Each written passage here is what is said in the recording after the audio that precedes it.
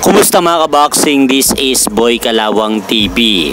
So kasalukuyan nga po ngayon naghahanda itong si Devin Haney mga idol para sa nalalapit niyang laban kay Brian Norman Jr. sa kanilang magaganap na WBO World Welterweight Clash ngayong darating na November 22 sa Riyadh, Saudi Arabia para sa magaganap na The Ring 4. At makikita po natin ngayon sa pangangatawan ni Devin Haney mga idol na talagang handang-handa na sa laban nito kay Brian Norman Jr. sa November 22. At sa bilang balita naman, matapos nga pong mag-viral sa social media ang naging panayam ng head trainer ni former 3 Division World Champion John Riel Casimero na si Kuya Lods Jason Casimero. Matapos nga pong sabihin nito sa isang kuha ng video ni Ryan Lugas sa mismong social media account nito na kaya daw natalo ang kanyang utol na si Cuadro Alas noong October 25 kontra kay Japanese boxer Kyonosuke Kameda sa bansang Kyrgyzstan ay dahil daw sa kailangan nilang magpatalo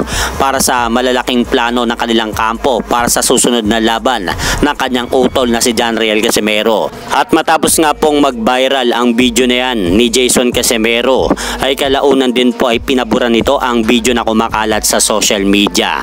Kaya po ngayon ay nakarating na ang balita na ito sa WBN o World Boxing News at ayon po sa WBN mga idol, kasalukuyan na pong pinapaimbestigahan sa Games and Amusement Board o GAB ang naturang video kung saan sinabi ni Jason Casimero ang mga katagana yon.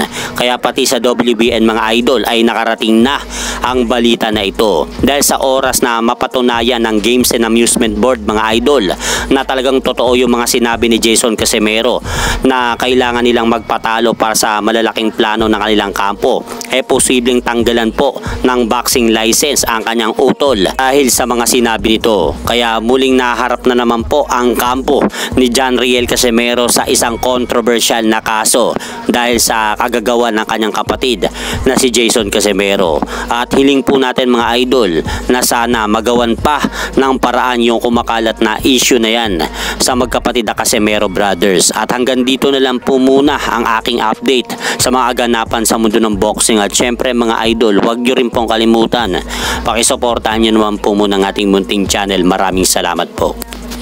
Boss, siya talaga ang sumisira sa imahe mo, boss. Alas, pagsabihan mo kasi, uy, patay ka. Pagsabihan ka na dito, ikaw kasi hindi ka marunong magsalita, lagi ka nagsasalita sa mga live. Huwag ka kasi mag-ano sa mga live, sinishare mo pa yung mga live. Magandang plano, magpalit ka na ng trainer. Ayun, pinakamaganda yan. Pinakamaganda, palitan natin yan. Sino gusto?